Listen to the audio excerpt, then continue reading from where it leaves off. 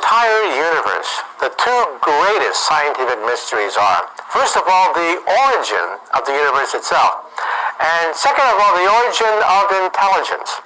Believe it or not, sitting on our shoulders is the most complex object that Mother Nature has created in the known universe.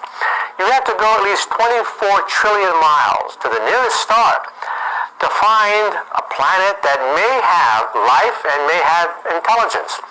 And yet our brain only consumes about 20-30 watts of power, and yet it performs calculations better than any large supercomputer. So it's a mystery. How is the brain wired up? And if we can figure that out, what can we do with it to enhance our mental capabilities? When you look at the brain and all the parts of the brain, they don't seem to make any sense at all. The visual part of the brain is way in the back, for example.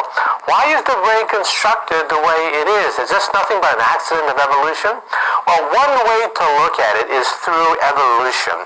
That is, the back of the brain is the so-called reptilian brain, the most ancient, primitive part of the brain that governs balance, territoriality, mating. And so the very back of the brain is also the kind of brain that you find in reptiles. Now, when I was a child, I would go to the science museum and look at the snakes sometimes, and they would stare back at me. And I would wonder,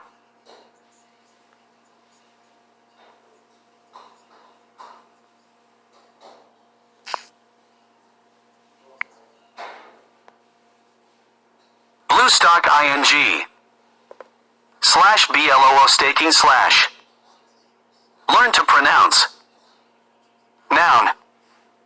Often derogatory. Noun, bluestocking, plural noun, bluestockings, noun, bluestocking, plural noun, bluestockings. An intellectual or literary woman. A Victorian bluestocking. Origin. Late 17th century, originally used to describe a man wearing blue worsted, instead of formal black silk stockings, extended to mean an informal dress. Later the term denoted a person who attended the literary assemblies held, circa 1750, by three London society ladies, where some of the men favored less formal dress. The women who attended became known as blue-stocking ladies or blue-stockingers.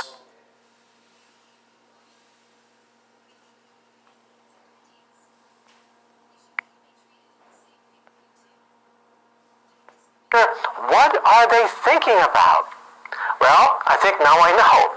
What they're thinking about was, is this person lunch? Then we have the center part of the brain going forward, and that's the so-called monkey brain, the mammalian brain, the brain of emotions, the brain of social hierarchies.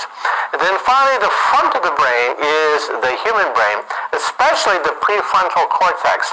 This is where rational thinking is. And when you ask yourself a question, where am I anyway? The answer is right behind your forehead. That's where you really are. Well, I have a theory.